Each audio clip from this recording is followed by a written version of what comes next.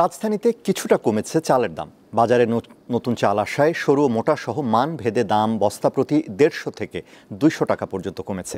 সবজির দাম স্থিতিশীল রয়েছে।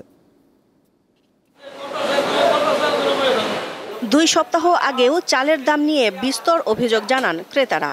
সে সময় প্রকার ভেদে ৮২ থেকে ৮৬ টাকা কেজিতে বিক্রি হয় মিনিকেট চাল। রাজধানীর কারওয়ান বাজার ঘুরে দেখা যায় নতুন চাল বাজারে আসায় দামে এর প্রভাব পড়েছে।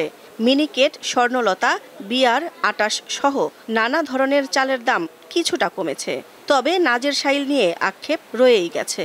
মিনিকেটটা মনে করেন নতুন যেটা ওইটা কেজিতে ৩-৪ টাকা কমছে, আটাশটা এরকম কমছে, কিন্তু নাদির শাইলের দাম কমে না, এখন নাদির সিজন না। দামটা যদি সহনীয় পর্যায়ে থাকে তাহলে আমাদের যারা নিম্ন আয়ের মানুষ আছে আমরা কিনতে একটু ভালো কিনতে পারবো। তবে বস্তা প্রতি মনে করেন ২৫০ টাকা কেজি প্রতি প্রায় ১০ টাকার মতো মিনিকেট চালটা কমছে। বিয়ার ২৮ চাল ১৫০০ হইতে ১৬০০ টাকা বিক্রি করছি, এখন আপনার ১৪০০ টাকা ১৩৫০ টাকা বিক্রি করতে পারি বিয়ার ২৮। সবজির দাম স্থিতিশীল। হাতিরপুল কাঁচা বাজারে পটল, করলা, বরবটি, ঢেঁড়স ও বেগুন বিক্রি হচ্ছে প্রতি কেজি ৪০ থেকে ৮০ টাকায়। কমেনি পেঁয়াজের দাম। পেঁয়াজ ৫৫ থেকে ৬০ টাকা, রসুন হচ্ছে আপনার ১৭০ থেকে ১৮০ টাকা, আর আদা হচ্ছে আপনার ১৪০ থেকে ১৫০ টাকা। আগের থেকে কম পাচ্ছি, এখন আমাদের নাগালের ভিতরেই আছে। আগে ছিল যেটা ৮০ টাকা, এখন এটা ৬০ টাকা।